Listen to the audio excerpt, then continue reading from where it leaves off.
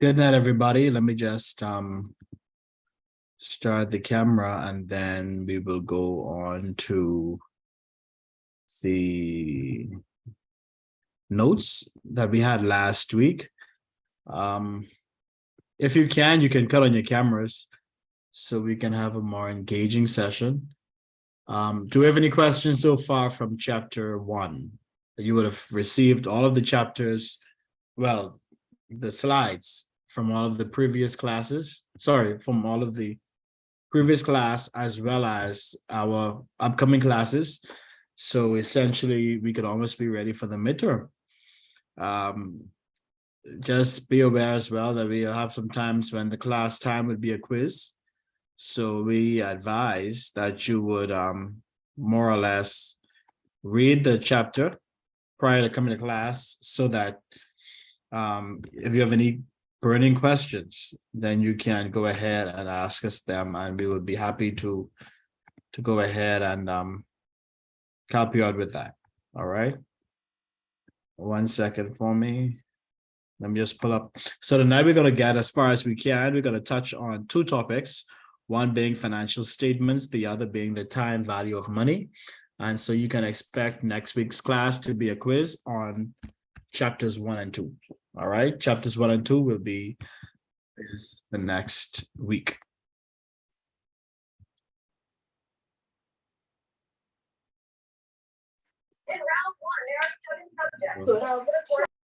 Sorry.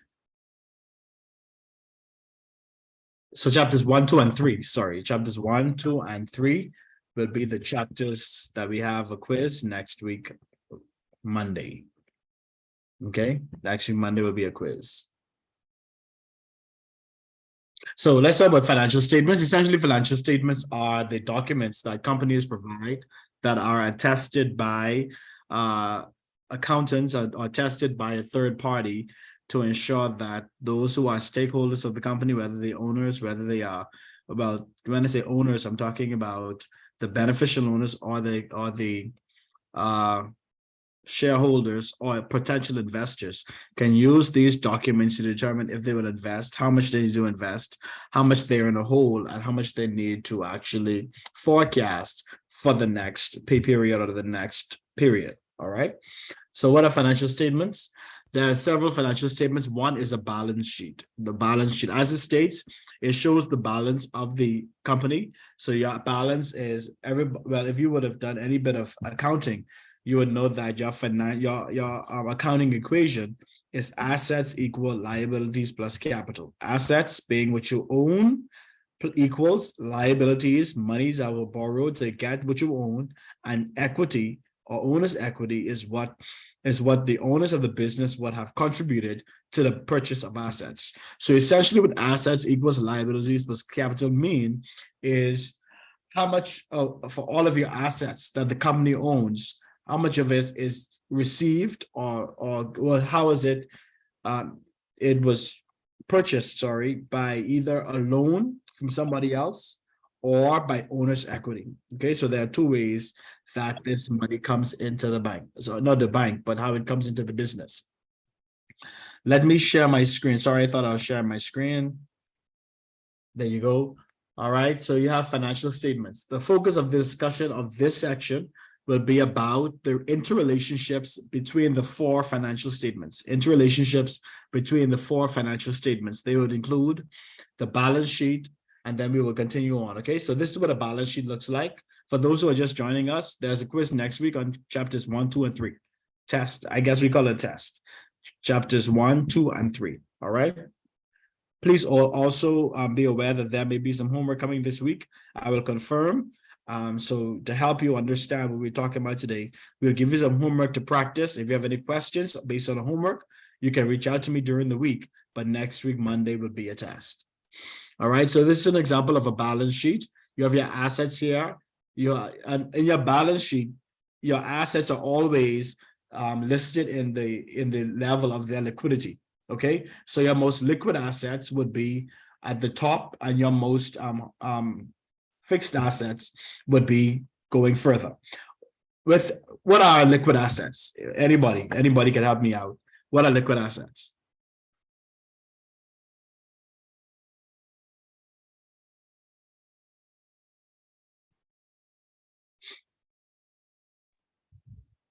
Cash. Right, but when you get the term liquid assets, what are you thinking about?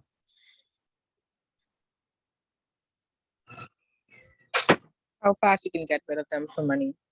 Correct. All right. So those that can be turned quickly into cash. All right. Or into yeah, those that can be sold, turned quickly into cash. Of course, cash is the most liquid of assets because that's already cash. All right. Accounts receivable. We all know accounts receivable are those persons who would have made purchases, but they have not yet paid you.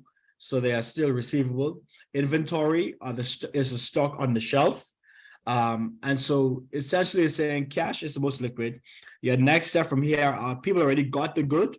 So now they just have to pay you. So that's the second most liquid. And then the third most liquid are those goods that are still on the shelf that have not yet been sold. Okay. So those are called your current assets. Current assets are those that can be turned into cash less than a year. Your fixed assets are gross plant and equipment, your land and buildings, and your truck. Okay. And from these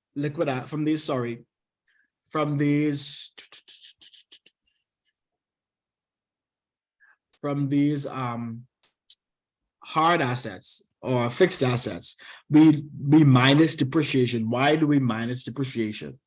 Why do we take out depreciation from your fixed assets?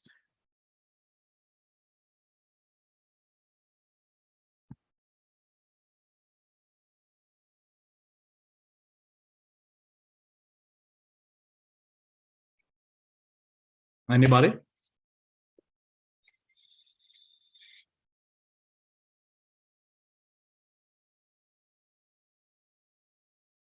Why do we deduct your less accumulate your less while you lessen your accumulated depreciation from your fixed assets? Cardia, you want to take a stab at it?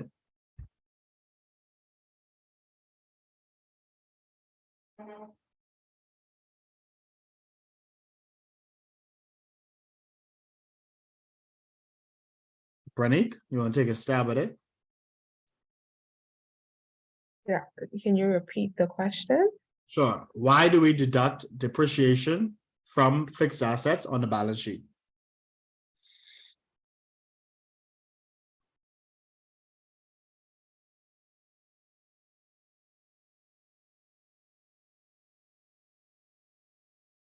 I'm not too sure. Sure, not a problem. Because what happens is your balance sheet shows you the real value of the company. The reason why you deduct accumulated depreciation from your fixed assets is that if they were to be sold, not even sold, but the actual value of the asset would be whatever this, let me show you here with my mouse, whatever this value is here. We want to take out a depreciation because if the company goes bankrupt, this is all they will be worth, $500,000. If they did not account for depreciation, then they would say you have assets worth $625,000, which is not true. All right. The real value is what you are able to turn a profit, or turn it over into cash. All right. So you would want to remember that. That's why you would deduct depreciation. Now for liabilities and loan as equity, you have accounts payable, accruals, and deferrals. So accounts payable, of course, are those bills that are due, and in your liabilities, as it relates to liabilities, you always place the more urgent of your liabilities right on the top. So those that are to be paid back sooner, you will place them there at the top, and then you will work your way down to those that don't have to be paid sooner as you go along in your liabilities. All right. Now, one of the things, I'm going to give you a head start, so you can start doing some research on it. One of the things that we want you to know is that if I give you a balance sheet, you should be able to interpret based on just the figures what that balance sheet is telling you about the company, and if you will or will not buy that company. All right. So just like part of the project that you'll be getting later in the semester, you'll have to see a balance sheet, understand the balance sheet, rationalize why you would or would not buy stock in this, or if as a finance manager, would you or would you not get money, or not get money, sorry. Would you or would you not go out and get a loan against this company? Why not? That kind of thing. All right. So you would want to know how to understand, how to interpret a balance sheet. So the balance sheet has 5 sections. You have the cash account. You have the working capital accounts. What's working capital? Anybody?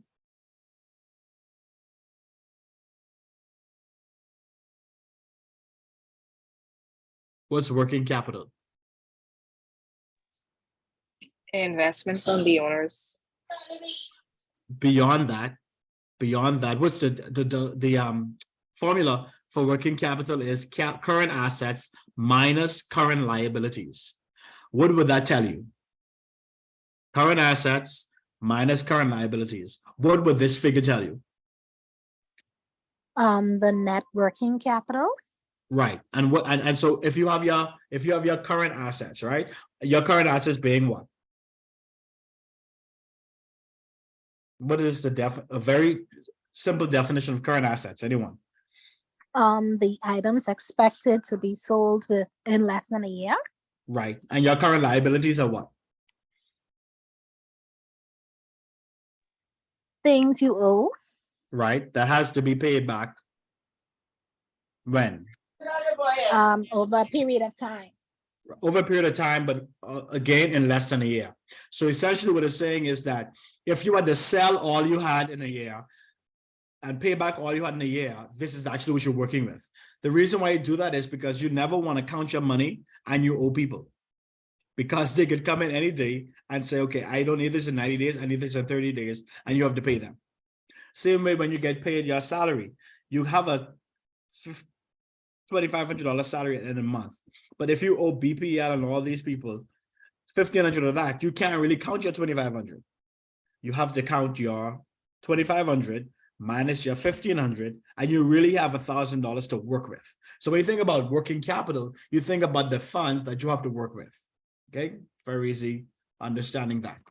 Next one is your long-term capital assets accounts.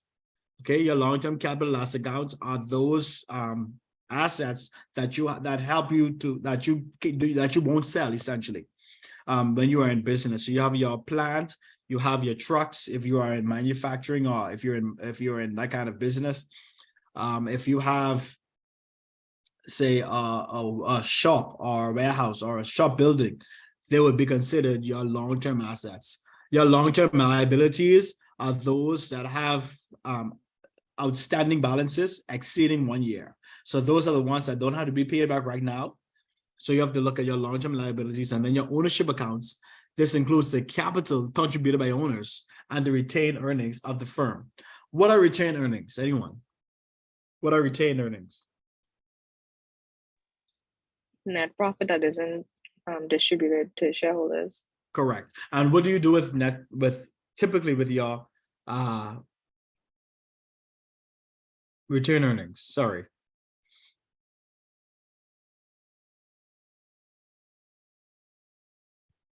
What would a company typically do with their retained earnings? They would save those funds separately. Correct. For what purpose?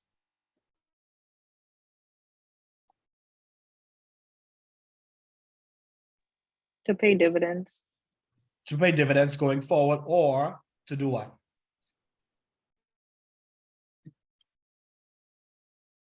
They would use it to reinvest. So if they may tell their customers or their shareholders, sorry, okay, this year we aren't paying back dividends, but we will take this money and use it for an equipment update, or we will use it for a technology update, something to add value to the company, which in turn would tell shareholders, okay, we're increasing the value of the company. So essentially the value of your shares would also increase. Now, so that means then when you're purchasing stock, there will be times that you will see they say we're not paying any dividends for 5 or 10 years, but that doesn't necessarily mean you don't buy the stock. It just determines what kind of investor are you. Are you an investor that wants cash returns every year? Or are you the kind of investor that's buying for growth? Growth meaning you are not being paid at the forefront or at the beginning, but as the company grows in value, then you would be paid. You would find that a number of new companies would not essentially offer dividends or heavy dividends at the beginning, because a lot of times they're using that income or that extra income to kind of more or less and reinvest in their company. All right. Here is another, sorry, did I jump something? Okay. Here is another statement. This is your annual income statement. Your income statement shows your revenues. That's all the money you made during the year. Your cost of goods sold. What are cost of goods sold?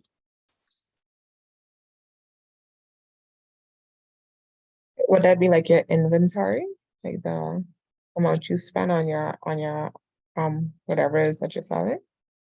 It would, that's partially it. What the cost of goods sold is what's the cost of everything you sold during that year? How much did that cost you as a business owner?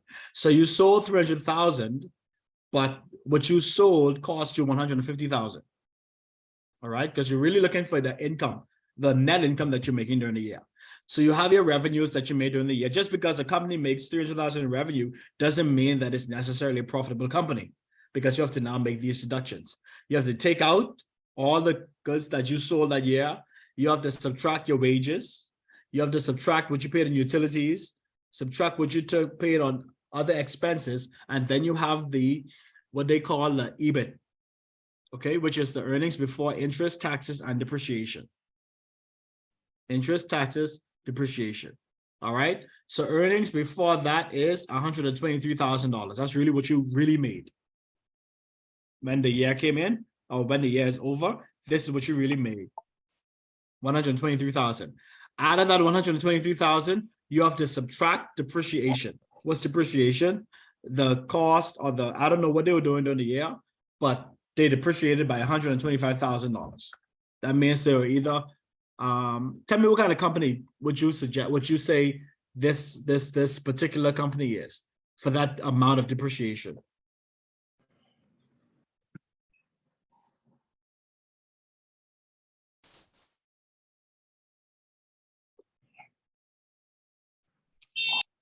A car dealership. Why car dealership? Because cars depreciate faster. Right, but that's only when they come off the yard. So that isn't really their expense. What kind of company would you have depreciation at such a high level over the year?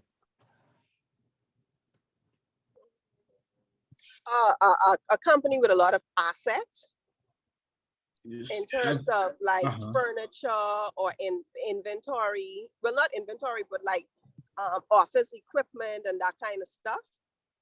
That's part of it, but then there are some businesses where the office equipment isn't really ran down like that. Now, probably if it's a school and children throwing stuff around and breaking chairs, that may be high depreciation there.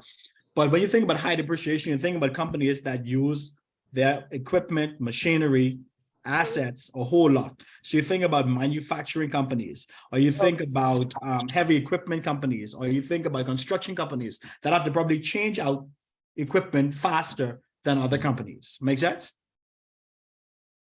So when you think about high depreciation, that's you're thinking about assets that take a whipping during the year. So you subtract, you take 125 out, and that's your earnings before interest and taxes. So all you took out so far with depreciation, and you are now at a negative $2,000. Okay, and then you have subtracting interest. This is all your interest, whether it's a loan, whether you're paying back interest on debt, whatever it is, that came up to $50,000 for the year. Now you have negative $52,000. And of course, because there's no profit, there's no tax. So now you're at negative $52,000. So you have a company now that may have said to you, and you're thinking about it yourself as an investor, and they say, you know what, we have revenues during the year of $300,000. But when you look at all of these expenses, they are now in the hole $52,000. All right, so you want to pay attention to that.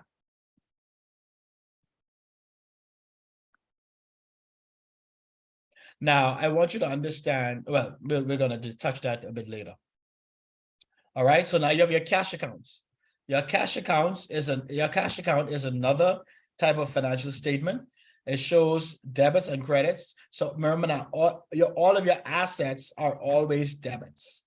Assets are always debited, Expenses and otherwise are always credited, all right? So when you look at it, your owner's capital is a debit, so that's money coming in. Your bank loan is a debit. Your revenue is 120, okay? That's your cash. That's money added into the account. So from this, you are being told $500,000 comes from the owner. You get another bank loan for $500,000 and revenues over the year that we saw here. Well, did we have it up here? No, this is another one. $120,000 is the revenue that you got during the year. So now on your debit side, you have $1.12 million. On your credit side, we're showing where money went out to pay cash. Everybody understands the cash account? Your cash account really just shows your cash flows. So your cash flow is money coming in, cash flow is money going out. Whenever your cash flow increases, you debit. Whenever your cash flow decreases, you credit. Make sense to everybody? You could take your mics off mute, sorry, so that we could kind of have conversation. Yes, makes sense. You good? So what, anybody can repeat what I just said? In your own words, sorry.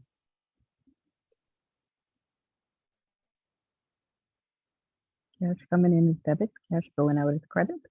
Right, so cash in, debit, cash out, credit.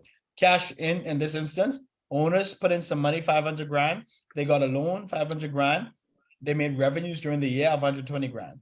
During that year, they spent 200,000 on plant and equipment, 400,000 on land and building, 100,000 on inventory. They bought a truck for 25 grand. They paid wages of 20 grand. They paid utilities of 5, had other expense of 2,000, and interest expense they paid out was $50,000. Okay.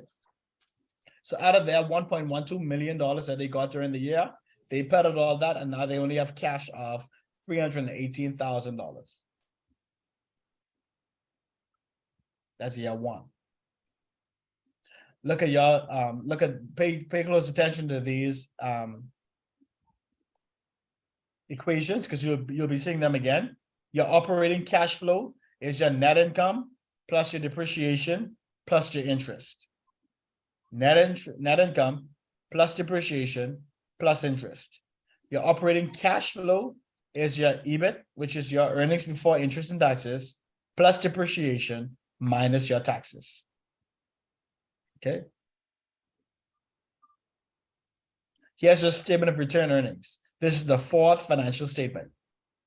Okay, so your statement of retained earnings has a beginning balance of 500 grand. You would deduct net loss, or you would add net income, and then you subtract dividends. Remember now, we said that your retained earnings is where they hold money to pay dividends or to go ahead and reinvest. In this instance, you have a beginning balance of $500,000. You deduct your net loss, okay, because your net loss comes out of that retained earnings for that year, and then you subtract a gain if you paid any dividends. So now your retained earnings balance is $448,000 because there were no dividends that were reduced. Please pay attention to these equations: cash flow from assets, operating cash flow, net capital spending, change in net working capital, cash flow to creditors. All right, net new borrowing. And if you look at the equations, of course, they'll make sense to you. For instance, net new borrowing says your ending long-term liabilities minus your beginning long-term liabilities, which means then that whatever your liabilities were last year, whatever they are this year, the difference between them determines how much more money you borrowed during the course of last year and this year. Simply put.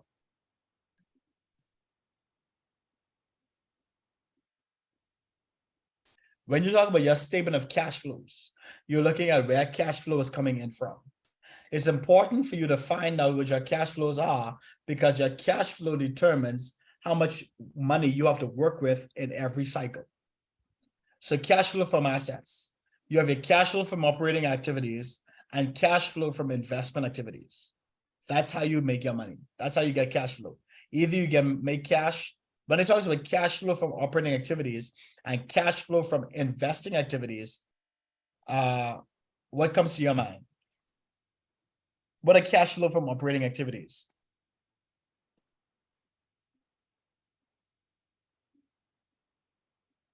Rashay, since you're off mute, you can talk.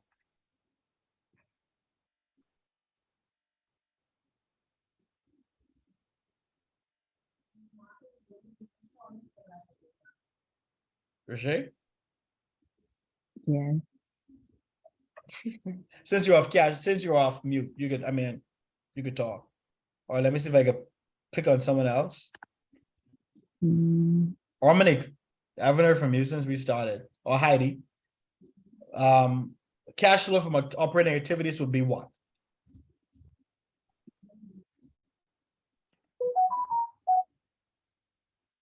Would it be whatever's in your business, whatever you sell or cash from what you make your profits from?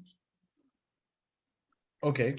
So whatever your operating is, or whatever your operating activities are, so if you sold anything, that's how cash comes into your business, correct?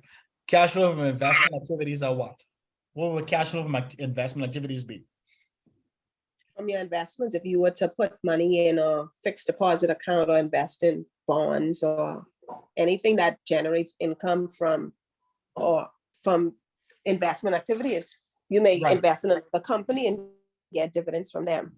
And you right, and so your dividends from the company or your interest from a savings or a fixed deposit, whatever it is, those will be cash flow from assets, right?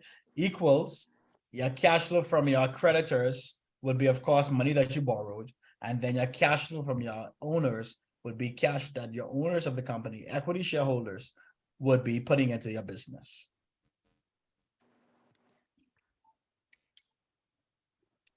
Ba-da-ba-ba-ba-ba-ba. Okay, so again, from this part, you have financial performance reporting. You have the regulation fair disclosure, which requires companies, and these of course are US terms. They require companies to release all material information to all investors at the same time, so that no single investor or group of investors has privileged access to the information and is able to profit from it at the expense of others. So this prevents things like insider trading. This prevents people from getting information beforehand, so they don't go and put a run on the bank or put a run on the company. All right. Notes to the financial statements are found on the bottom of your balance sheet. They include details and clarifications regarding various items and methods used to report a firm's financial performance.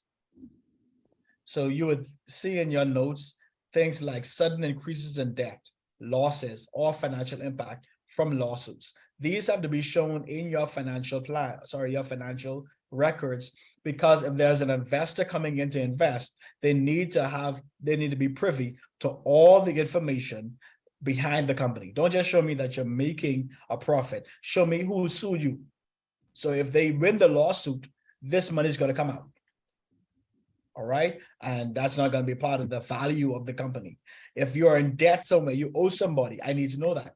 So that if they put a call on your loan, I need to know how much do I, as a shareholder, how much do I have to pay?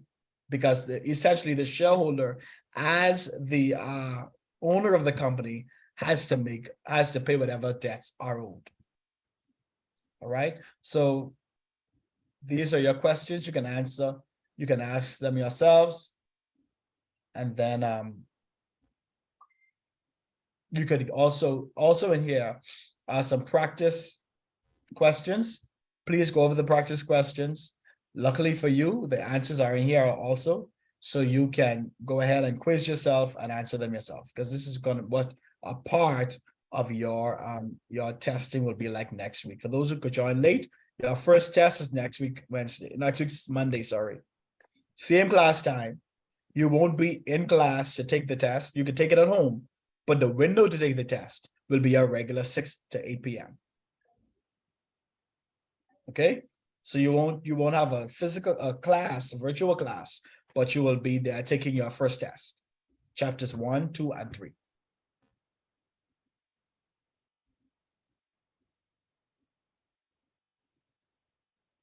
All right, let me go to my next No slide. question, sorry. Sure. I have a question.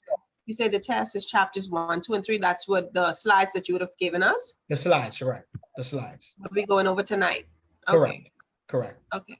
And you would have gotten them all also in your when In you the email. in the email, right? Right. Okay, thanks.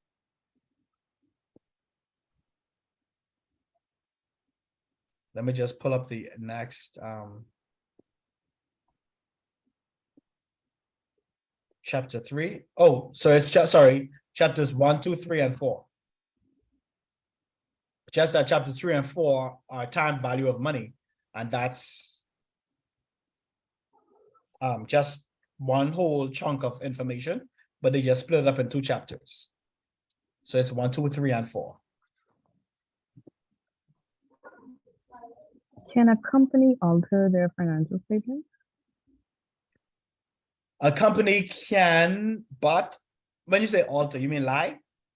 Basically, Okay, basically, yeah. No, they can, but it's the job of the external auditor to verify this. And the chairman and CEO and another person, normally the deputy chairman and CEO or the CFO, would go ahead and sign off to say that these are accurate. So if they are not accurate, and if they've lied or they've blown up numbers, then who goes to jail? The CEO and the CFO. And in some instances, the accounting firm would be fined if they did not carry out due diligence. okay. All right, so time value of money. All right, what does this mean? We're talking about the future value and understanding compounding, present value, understanding discounting. Simply put, compounding is figuring out if my money is worth this now after certain years as an investment or as a loan, sorry, not a loan, as an investment or certainly a level of years due to inflation, what will that dollar today be valued 20, 30, 40 years in the future? And then discounting is, if I need $20,000 in the future, how much should I invest today, given this certain percentage or this certain interest rate? Future value is a very simple equation. Future value is your present value plus present value times interest rate. Present value is the money that you're going to invest today, whatever the money is, plus your present value times whatever interest rate you are being paid on that in the future. Make sense? Can you Yes, say it again? Say it again one more time. not a problem. So your present value is the money you're going to invest today. So here you see it says $200. This is your single period scenario. All right. Next year, next month, if there's only one payment of interest, you're only going to take your $200, multiply it by, in this instance, is 6%. So that's your $200 multiplied by 1.06. All right. So that 1.06 is that 1 year, 1 plus 0.06. So you take your and I wish I had I wish I had a whiteboard. I'm so sorry. This is why I kind of like to do this particular one in class so you could kind of get a full grasp of it, but we'll make it work. All right. So here's your $200 that you invested today. You add to that 1.06. This 1.06 comes from 0.06, which is your interest rate. You're paying 6% per year. So you take your percentage and you make it into a decimal, which is 0.06, and you add 1 to make it a whole number. Because anytime you're multiplying a decimal by a whole number and you want to get if you want to get a figure that's not a fraction of that figure that you first invested or first put in, and you want to get that figure multiplied by this particular interest, you always add 1. That's why you get your 1.06. Okay, so that's $200 multiplied by 1.06, and you have 212. So all things remaining equal, if you invest $200 today in a 1 year investment, next year you can expect to have a value of $212. Okay. I have a question. Sure. So if I multiply 200 by 0.06, I get $12, Right. right? So why I can't just add that? Why I have to add 1.06? You could do that. It's just that what you Okay. would have done just now would have been the extended version. Okay, Yeah, but when you're in an exam, you only get. So let me give you an example. My exams are 2 hours. You may get 60 questions. No, I lie. No, you may get 60 questions. So if that means every question you get 2 minutes. Mhm. So Okay. you would want to know that you're right. You have the extended version that you did if you're doing Mhm. manually, but if you're doing it straight on your calculator, it's 200 times 1.06.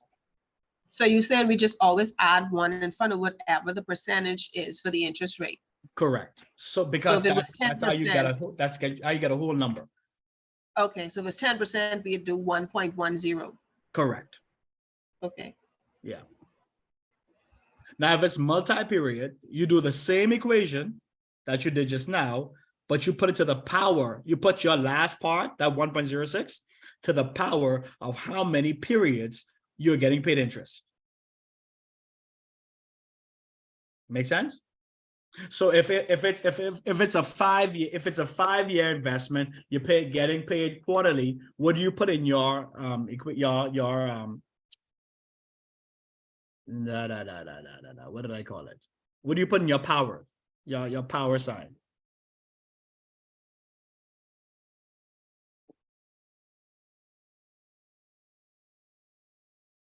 $5 years, you're getting paid quarterly. What do you put in your power sign?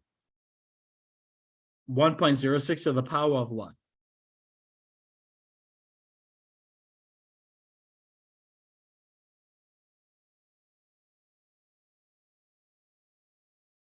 Kendra?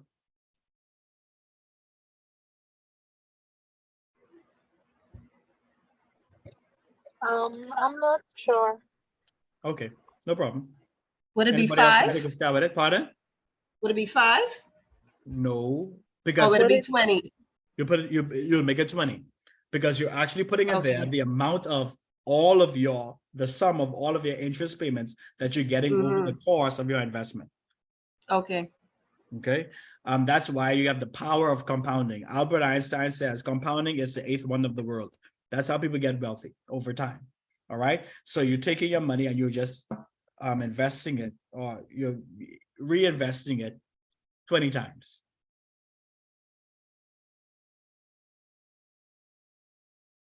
Okay. Compounding of interest. This is pretty much the same thing that you would have worked in your calculator. Everybody has a everybody has a scientific calculator, correct?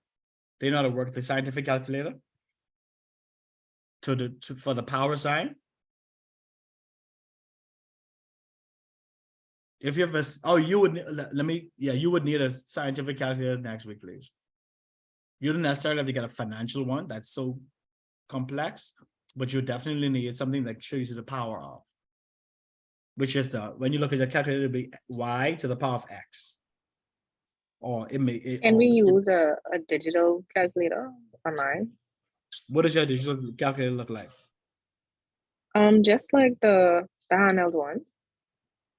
Right, but what does it look like in terms of the buttons? The same normal functions. Function. Okay, yeah. I can't. Yeah. Once you have your power sign, you're good. Okay. Question, I know that if you open the calculator on your phone and you turn it sideways, it turns a scientific calculator. I did mine just now. You see how you said y to the power of x?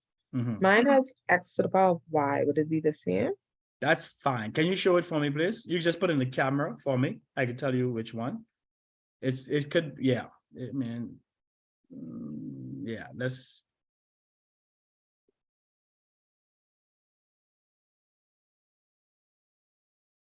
Okay.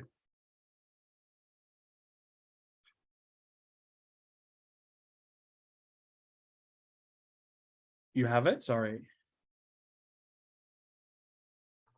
Sorry, 1 second. I tried to take off my back screen as you can see once I put my phone there. No problem.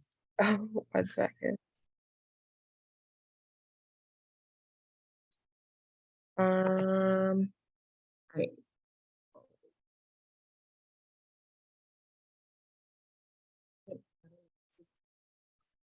Pull it back just a little bit. Everything just blurred. Okay. Oh boy. Here's what to do.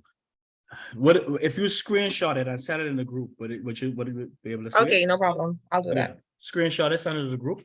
All right. So yeah, and I'll confirm if that's it. But I'll let you know also, yeah, if that's it or if you need another one. But that's what you normally do during an exam. Present value and discounting. Present value equals future value times 1 over whatever that figure is that you had, which is a 1.06 to whatever however many periods there are in your N. Sorry, this is all Mr. about Mr. this. Cartwright, just excuse Sure. me for 1 second. I'll be right back. No problem. So your present value is your future value, which is you want to know if in 20 years I want to have. That's an example. I wonder if I use my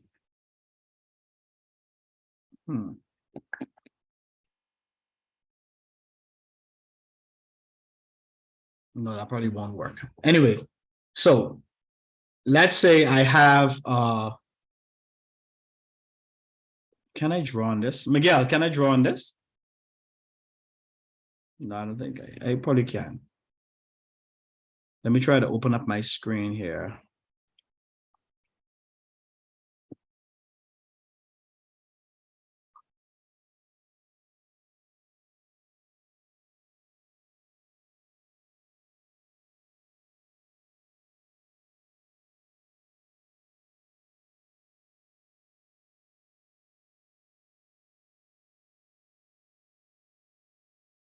So if I want to, oh, no, okay, go back.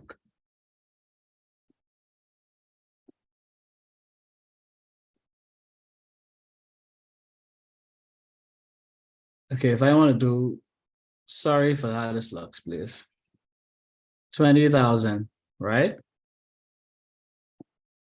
I want to raise, I want $20,000. I have a goal in the next 5 years for $20,000. I take that $20,000 and I multiply it by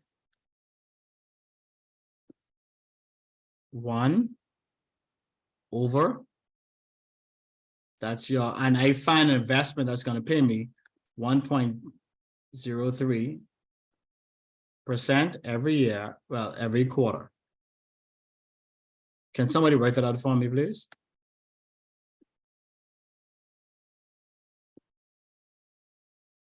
Of course, you know, you always work out. This goes back to school, high school. And everybody remember BIDMAS?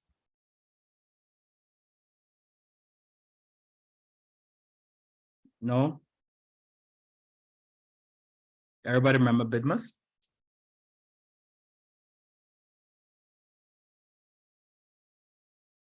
No?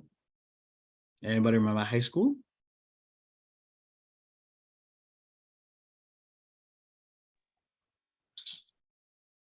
Cardia, you look like you were itching to say something just now. Sorry, I had to mute my mic just now. Yeah, 7 problem. o'clock. Sorry, what it was? BIDMAS. You remember BIDMAS? BODMAS, right? BODMAS? BIDMAS?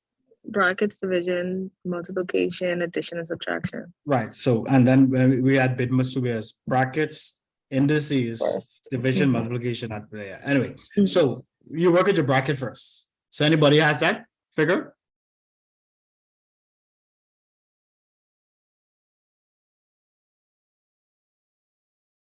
On your calculator, anybody?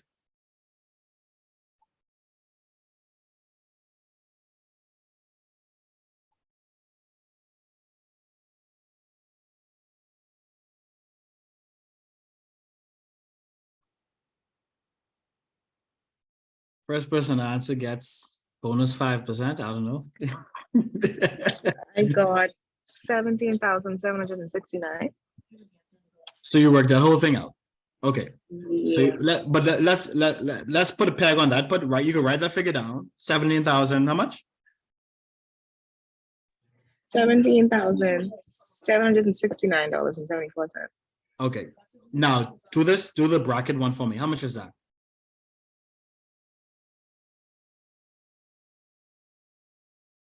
The 1 over 1.03 to the fourth power. Of course, you take out, the first thing you do is you take out this, that's your brackets. You work this indice. What is this that? 1.03 to the fourth power. And then you do your division, 1 over whatever that is, and then you multiply. But let's work that out first. 1 over 1.03 to the fourth power is what?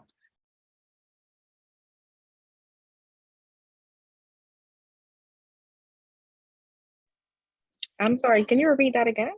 The 1 over 1.03 to the fourth power. What do you get for that? 8.888 or Sorry? 0.89. 0.89. 0.89. Okay, so you get your 20,000 times the 0. And for the sake of the exams as well, go to at least 4 decimal places, please. So that's 0.89. What else?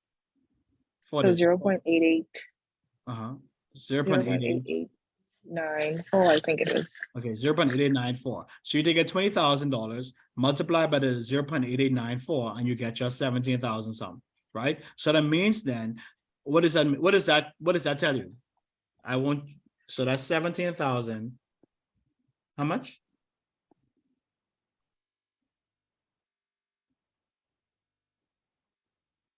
That's 17,000. The figure that you were supposed to write down. Yeah, that's fine. That's fine. Sorry, can you repeat that? I still trying to work in this school. No problem. 17,000. My calculation came out. Give me 1 second. Okay.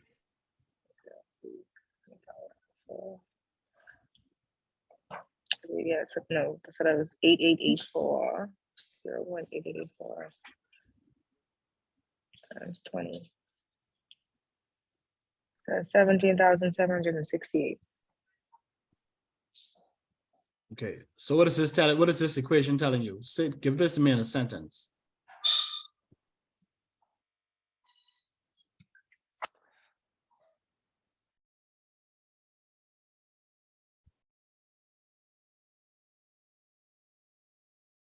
Anybody? Kendra, you want to take a stab at it?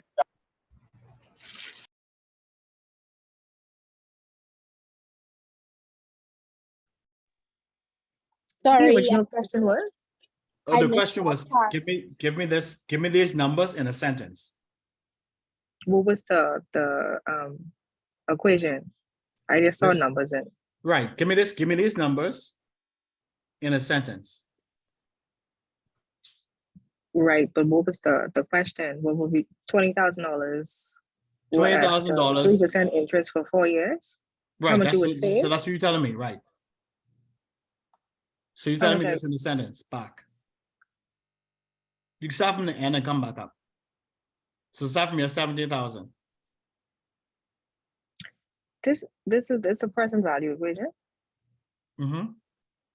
So this is how much $20,000 4 years ago was worth today at 3%. Or you would say, if I want to save $20,000 in 3 years, sorry, $20,000 in 3 years, sorry, not 3 years, In 4 years. $20,000 in 4 years at an interest rate of 3%, 3%. I have to invest today $17,000, $17,768. So that means that as an investor or a financial investor, I would have to now advise my client or advise whoever is coming for advice to say, okay, let's find you an investment that guarantees you 3% over 4 years. But you have to lock in your 17,000 for this period of time. Make sense? Or, Terrible investment. pardon? Terrible investment. Or you could tell them if they don't have 4 years to spend, then you need to find an investment that's paying you 3% semi-annually. So essentially find an investment that pays you 6% per year. Make sense? So you'll have on several other homework assignments. Tell me what this means. Okay. All right.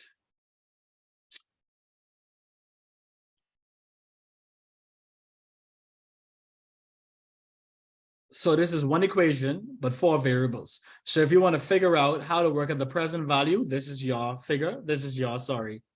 If you want to work out future value, this is your equation here. We see that on top. If you want to work out present value, this is your equation here. If you want to find out the rate, this is what you have to work out here.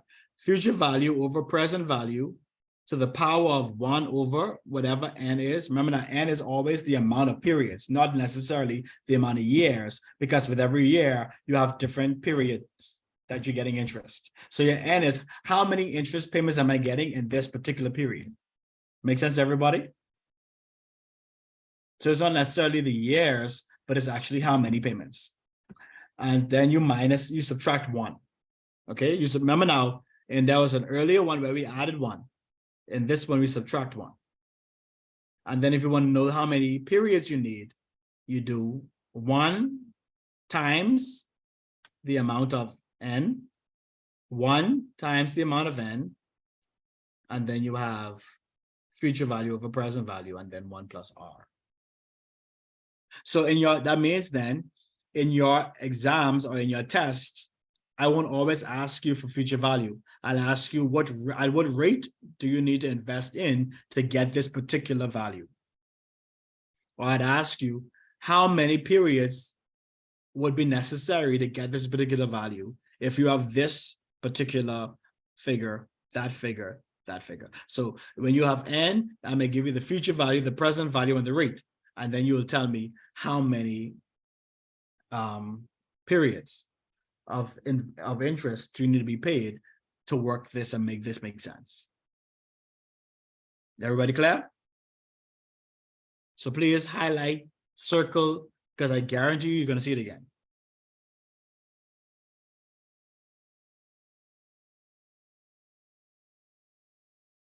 And this is you solve for the unknown interest, okay? This is B, of course, like you see here. Sometimes in your equations, you'll get this. PV equals 5 grand, FV equals 15 grand, number of periods is 4. What is my interest? And that's what you have to do. See, note here, your I here is the same as R. Your I just means interest, R means rate, same thing. So if you have a present value of 5 grand and you want 15 grand in 4 years, you need to find an investment that's going to pay you 31% per year. I know we can find that, but hey, kudos to you.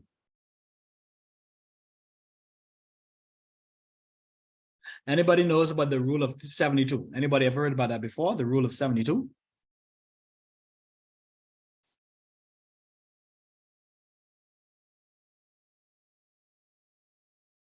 The rule of 72. I have not. You have not. Okay. So the rule of 72 is how many years do I need to invest in this particular amount to get double this amount? So if I invest 5 grand, how long would it take me to get 10 grand? If I put in 10 grand, how long would it take me to get 20 grand? So that's rule of 72. Rule of 72 is very simple. It just says that you take 72% and divide it by whatever interest rate you want or you perceive that you need, and that's going to tell you how many years. So that means then if you want to double 5 grand in an investment, that's going to take you, if you want to invest 5 grand, right? And you want to make it 10 grand and you put it into a bank account. Let me see what I can pick on today. Okay, who are our bankers in here? I know Kendra is our banker. Renika is our banker.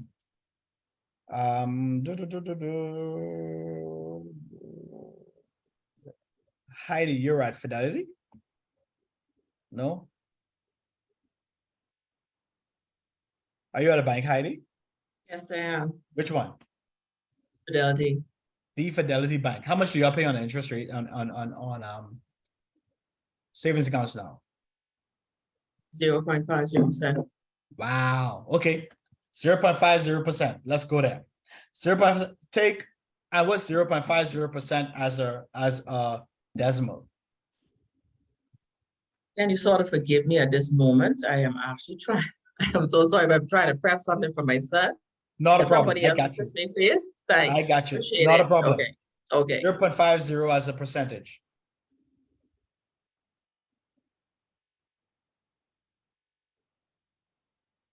Anybody? 0.50 as a percentage? Rishi? I only can pick on you because you know your mic off mute. 0.50 as a percent. Sorry, as a decimal. Would it be 1.05? No. Let's go 0.5. Let's do it like this. 0.50 divided by 100. What do you get?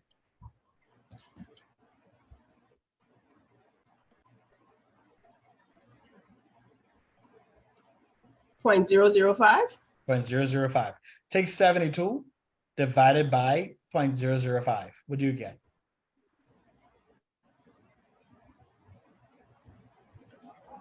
14,400. So that's 72 divided by 14,400. Yeah. Okay. 7. So that means then that if I were to invest $5,000 in Fidelity today, I have to have that money in there.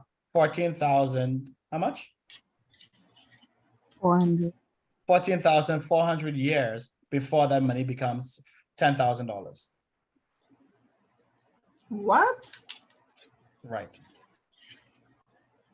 So you see why saving accounts don't make much sense today. All right. So so you need to, so if you want to go to if you want to tell your client, listen, you want to get this money and you want to double this money, find a high yielding interest account, which I doubt you'll find. So essentially it's saying that if you had $5,000 and you needed to double it, you need to find an investment that pays you 9% per year, so you could get that $5,000 in 8 years. Make sense? Because that's the 72 divided by 9, and you get your eight years. All right. Everything else are just your questions and your please do, you can do this, and these are your answers right below it. But please work out your use these as practice over time.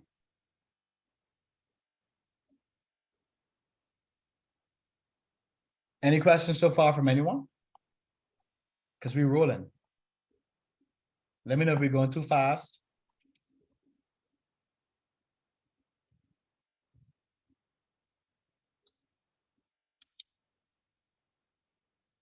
All hearts and minds clear? They settled? All right.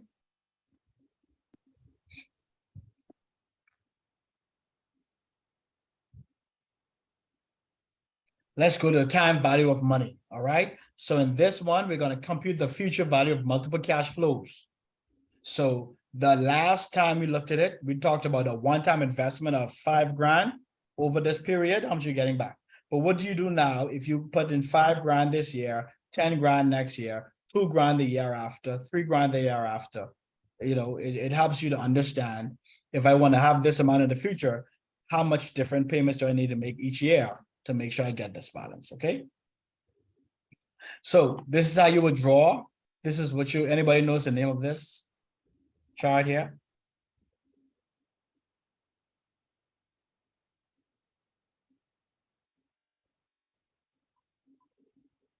This is a cash flow timeline, okay, or a cash flow stream. Cash flow stream. T0 is when you would have made your investment. So that's your foundation year. Your foundation year is always T0. What next week we have the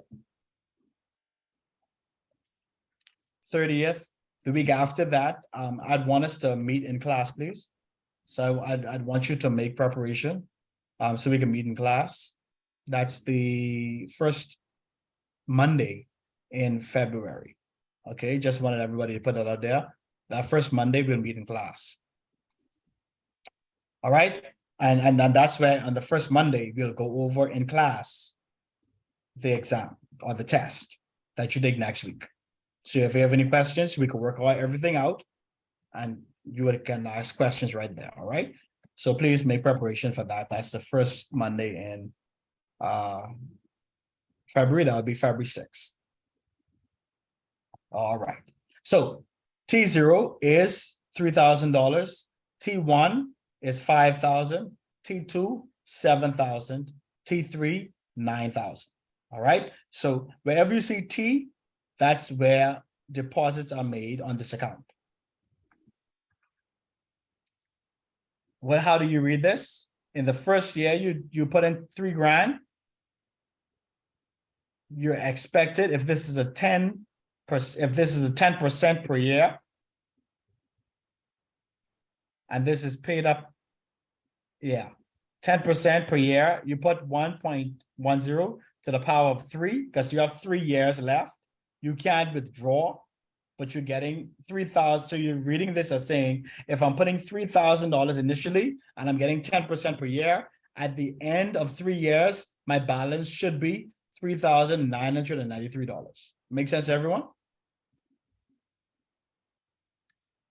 If I put in 5,000, this is 5,000 times 1.10 because I have 2 years left on this 3-year investment. So I put the 5,000 multiplied by 1.10 to the second power. And by the end of that year, I should have $6,050.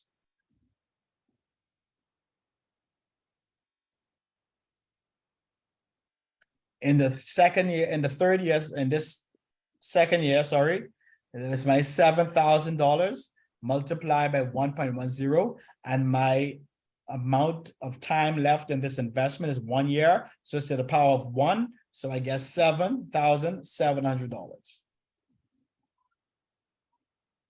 And in my last year, where I can't make any more deposits, I take my $9,000 and I multiply by the regular 1.10 because for that year, I'm only getting whatever is the interest for that year, which is now $9,000 back. So that's my balance. I'm getting $9,000 back or having $9,000 in the account.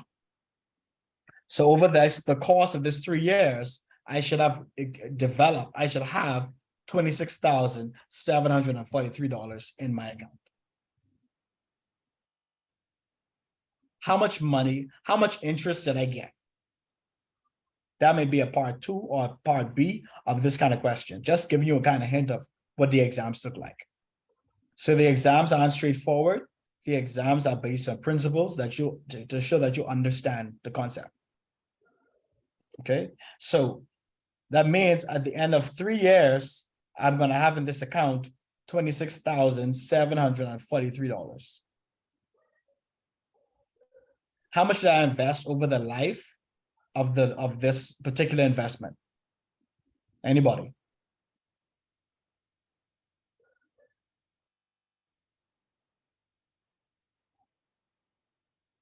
Is that the deposits added together? Correct. And that is what? Oh, hold on.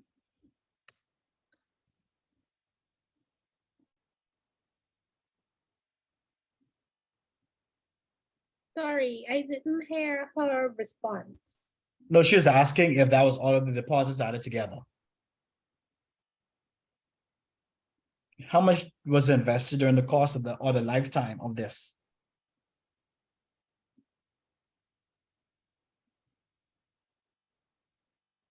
$24,000, right? So what was the interest that I earned over the course of this investment.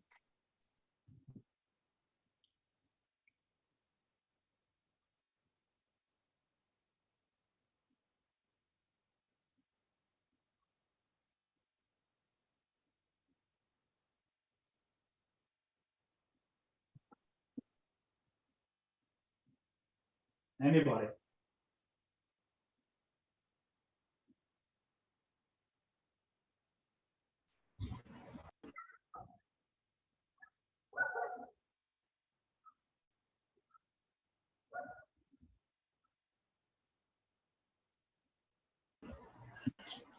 Is it $4,641? Sorry? Is The it interest? $4,641? No. It will just be the 26,743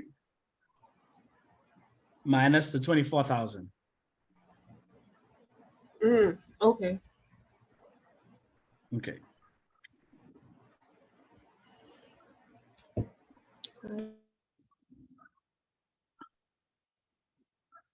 Okay. So, 1,473. right.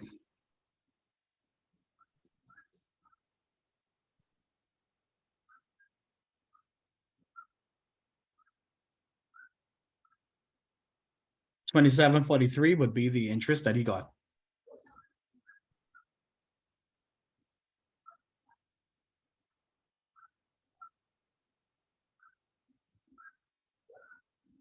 Let's go up. Future value of an annuity stream. Everybody knows there's an annuity. Okay, don't go up yet. Can we go back to that, please?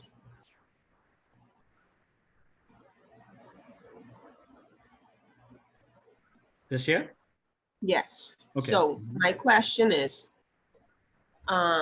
we invested 3,000 initially times our 1.10 to the third power, which gave us 3,993. Mhm. I thought it would be the 1,331 plus the 3,000. How did we, I don't get how we arrived at the 3,993. Because that's 1.331. Oh, that's 1.331. Right. Yeah. Okay, Yeah. that's why I was confused. Yeah. No problem. Okay. And so the interest on that year was 3,993. And so when we added the 5,000, we calculated the interest on that and added it to the 3,000. I'm just trying to understand how we came to the 26,743. Right. So that's the 3,993, 6,050. Because each year, this would be your ending balance. Once you would have added, not each year, but this would be your ending balance at the end of the period. Because you don't get any interest. You don't withdraw any interest during the 3-year period. At the end of 3 years is when you get your money. So the 3,000 you invested in year 1, right here, you're getting at the end of year 3, 3,993. The 5,000 you invested in year 1, which is the completion of the year 1, you would get 6,050, which would, when you 7,000, right? You're getting 7,700. The last year was 9,000. You're not getting any money back because, well, yeah, not getting any money back. Oh, no. It's See, I 5,000 completely, senior. okay, I completely misunderstood. I thought the 3,000 in year 2 we were adding to make it 5,000. And year 3 we were adding to make it 7,000. Not that each one of these were individual investments with different timelines. Yeah. So it's different timelines. What happens is you present your client with a $3,000 investment. They can't withdraw at any time in 3 years, but they can add anytime in 3 years. So this is what happens. Yeah. Okay. Mhm. All right. So what's an annuity? Anybody?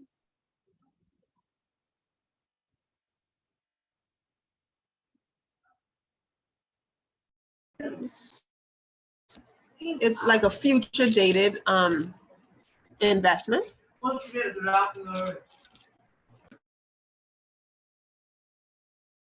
Yes. So you have a future investment. you make consistent payments over time, and you get money at the end of the day. That's pretty much what it is, all right? So your future value is what you're calculating, but you have PMT, which is a payment, equal period cash flow. And then you have your 1 plus R to the power of N. You've seen this before. So your 1 plus your interest rate that they're paying you, plus the amount of years that you are investing in. So annuity is, like you see here, the word annual. You're getting to pay this once a year. You minus 1 over the amount of rate. Make sense to everybody? So with your annuity, say for instance, they tell you if you pay $2,000 a year at an interest rate of $2,000 a year on a 10-year annuity at 8% per year, this is how you will work it out. If you were doing it manually, this is how you do it every year. So year 1, payment 1, you pay $2,000 for the first year at 8%. You have 9 years left. This is what you would be getting at the end of the year. Year 2, you do the same thing. $2,000 multiplied by 1.08. 8 on here is the amount of payments you have left in your annuity. Okay, you work it all the way down. That means then that if you invest $2,000 a year, at the end of your annuity, you would have $28,000, $28,973. And you would have invested how much? $20,000 into this account. So you invested $20,000, but the annuity, because you have it locked in for 10 years, they pay you 8% per year. At the end of this 10 years, you'd have made a profit in interest of $8,973.13. That's your interest income.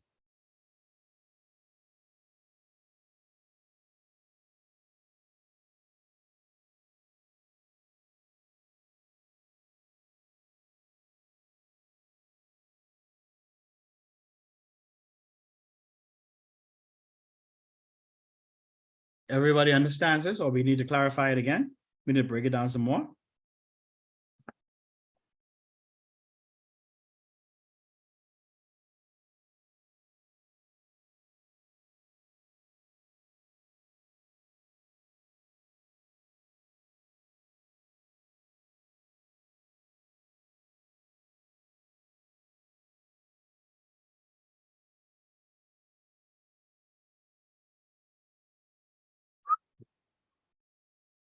Nope, we good? All hearts and minds are settled. If you're working in your calculator, you find on your calculator this, you find these right here. This is your equation for your calculator. You put in 10, you put in payment, negative 2,000. Make sure you have negative 2,000. I would be interest rate of 8. They're calculated 8%. You have no present value because you're not putting in anything first year. At the end of the first year, you would be having $2,000. And then you compute, CPT is compute, future value of $28,973.13. That's what you would have put in there, okay? So in your computer, in your calculator, you put in these 4 figures here. N equals 10, PMT equals negative 2,000, I equals 8, and PV equals 0. And then you hit compute, or you hit future value, and this will be here. 973.125.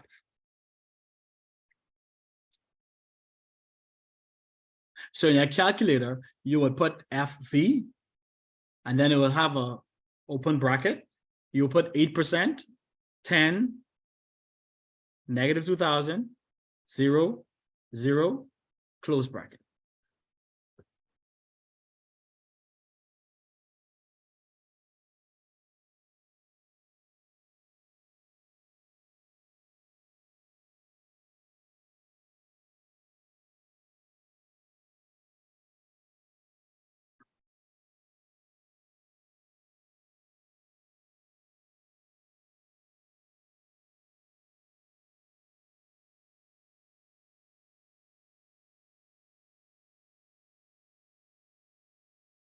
present value of an annuity, you work it kind of slightly backward.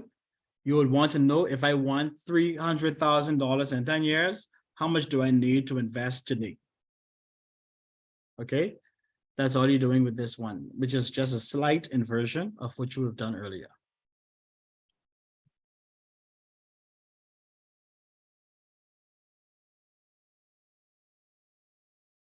So to get this 135, I'd need to invest 40 grand.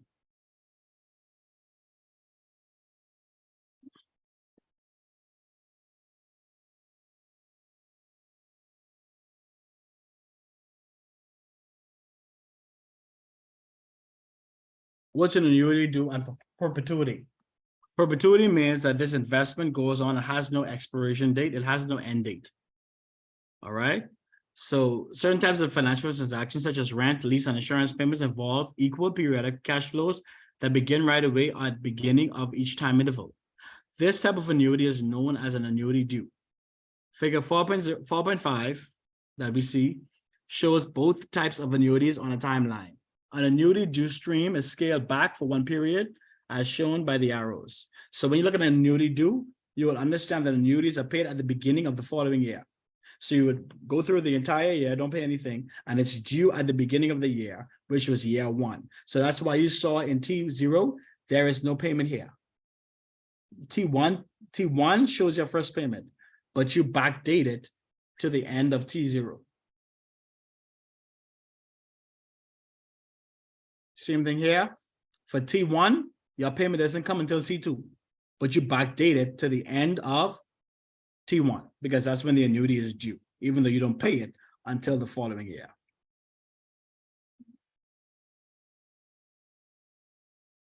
You don't have to worry about this part. That's not going to show up. 3 loan payment methods. Depending on the terms agreed upon at the time of the issue, borrowers can typically pay off a loan in one of 3 ways. They can either pay off the principal and all the interest at one time at the maturity of the loan. This is called a discount loan. Why is it called a discount loan? Anybody?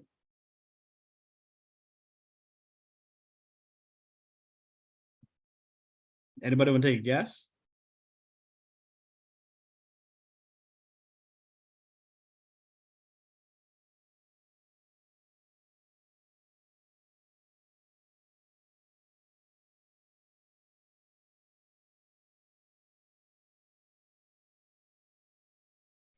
I'll say because it's for a short period of time. Not particularly. It's you still have the 10 years or 20 years, but you just pay back everything at one time. You normally call a discount loan because the interest is deducted at the time the loan is obtained. All right. So when you get your loan, you deduct your interest at the beginning. So they take it out of your loan at the beginning and you just pay it all at the end. Okay, that's a discount loan. Number 2, you can make periodic interest payments and then pay the principal and final interest payment at the maturity date. So you have loans that are paid interest only. Okay, so you pay only the interest and then at the end, you pay the last interest and the entire principal. And then the third way you make loan payments you pay both the principal and the interest as they go by, by making equal payments each period. That's the one we normally use to, which is called an amortized loan. So there are 3 ways loans are paid off. 1, and then if I give you an exam question, it's going to be along the lines of which of these loans would you prefer taking and why? As a finance manager. All right. Why would you take out a loan? Why would you take out a discount loan as a finance manager? Anybody?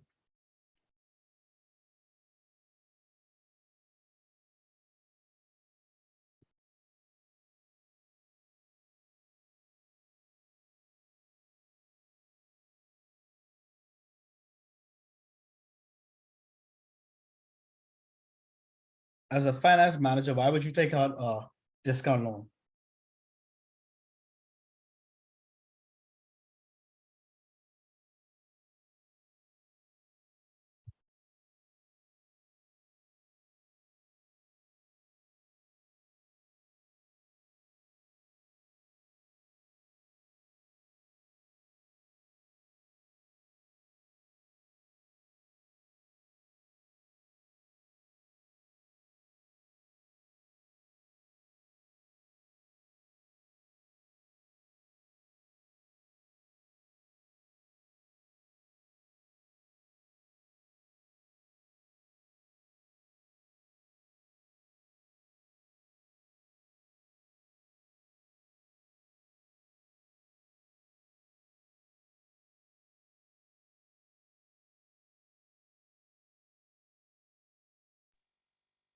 Hello?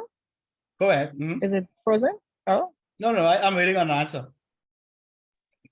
oh, Why what was the would you as a question? finance manager? Sorry, What was the question? the Sorry. question was, why would you as a finance manager choose to take out a discount loan?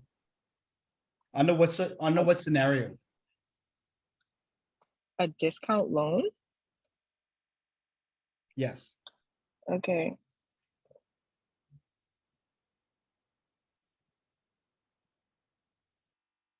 Wouldn't it be cheaper to get the loan now than at a cheaper price? Would you paying for it and you just pay it all back at the end? What kind of business would you have that you choose to get this loan? Let me put it like that. What stage of the maturity of your business would you prefer? In the beginning, a new company. Right. So you have a new company, you're not making any kind of no kind of real income in the first 5, 6, 7 years, but you just promised them, I'm going to pay you back all this at the end of 10 years.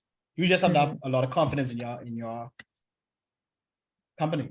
And what kind of interest do you think would a lender give to somebody taking out a discount loan?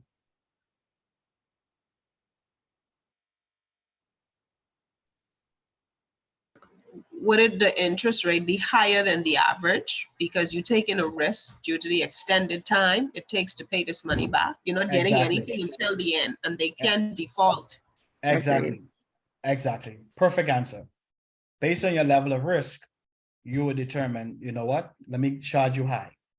All right. So maybe like a tech company. An example may be a tech company. Something like that. Or even a tech company, I think would be the best bet for that kind of a high risk kind of company.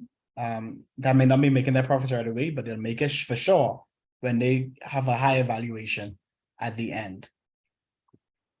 We also say a service-based company who may have like a large contract with Correct. an investor, and they may not get the funds until the end of the project. Makes sense. That is correct. So anything where they can't guarantee their money back till the end or later down, you would choose that option. Okay. So that is all we have for today. Please go over these notes. Your questions will not come necessarily like these notes, but if you get the concept, you'll be fine. It's open book, so you could print these off and have them on the side, but you'd have to know the information because crunch time. It opens 6 p.m. on the dot. It closes 8 p.m. on the dot. I can't restart it in the middle for you. Would Sorry? we be able to start the class, do the test from maybe 6:30 to 8:30? Because like for me, it takes me an hour plus to get home. So I don't get to log on until minutes after 6. I don't know if anybody else has that challenge. Okay. So for me, to whatever reach works home- best for everybody. I could open it Yeah. 6:30 to 8:30. That's no problem. So I guess to allow for this, 6:30 to 8:30 is fine. Great, thanks. Not a problem. Okay. So please, everybody, if you have any questions, you can put in the group. If you have any concerns, you can put in the group. If you're shy, you can send an email. Or if you're shy, you could drop a WhatsApp, whichever one. All right. So that's what it is. Remember, next week is the first test, chapters 1 through 4. And then the week after, we meet in person in class at BIFS. Okay, that's the 6th of February. All right. Have a great day, everybody. I'll see you. Well, you'll have, and if I do a homework during this week, I'll send a WhatsApp in the group. Okay. All right. Have a great night, everybody. Wonderful Monday. Good night. Good night. Take care.